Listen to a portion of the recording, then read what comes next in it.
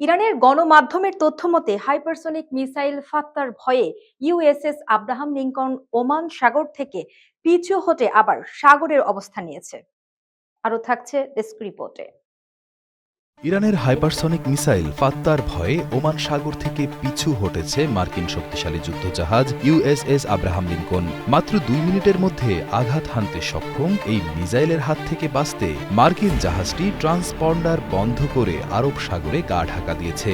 Donald ট্রাম্পের যুদ্ধাংদেহী মনোভাব এখন ইরানের সামরিক শক্তির কাছে এক বড় পরাজয়ের মুখে পড়েছে। আমেরিকার প্রেসিডেন্ট ডোনাল্ড ট্রাম্প হয়তো যুদ্ধের বড় বড় বুলি দেন, কিন্তু পেন্টাগন খুব ভালো করেই জানে ইরানের এই হাইপারসনিক মিসাইল কতটা ভয়ঙ্কর। এই মিসাইলটির গতি এত বেশি যে এটি ছোড়ার মাত্র 120 সেকেন্ড বা 2 মিনিটের মধ্যে মার্কিন রণতরীকে সাগরের তলায় পাঠিয়ে দিতে সক্ষম।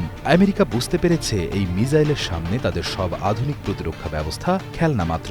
তাই কোনো ঘোষণা ছাড়াই নীরবে ওমান সাগর ছেড়ে পালিয়ে আরব সাগরের আড়ালে আশ্রয় নিয়েছে মার্কিন এই যুদ্ধজাহাজটি। শুধু পালিয়েই ক্ষান্ত হয়নি, নিজেদের অবস্থান গোপন করতে জাহাজের সিগন্যাল বা ট্রান্সপন্ডার পর্যন্ত বন্ধ করে রেখেছে। অর্থাৎ বাঘের ভয়ে এখন বিড়াল হয়ে লুকিয়ে থাকার মতো দশা বিশ্বের তথাকথিত মোড়লদের। ইরানের সর্বোচ্চ নেতা আয়াতুল্লাহ খামেনির হুঙ্কার আর ফাত্তাহ মিসাইলের গতির কাছে শেষমেশ হার মানল ট্রাম্পের তর্জন গর্জন। মধ্যপ্রাচ্যের নিয়ন্ত্রণ এখন আর ওয়াশিংটনের হাতে নেই, বরং এটি এখন তেহরানের হাইপারসনিক গতির ইশারায় চলছে।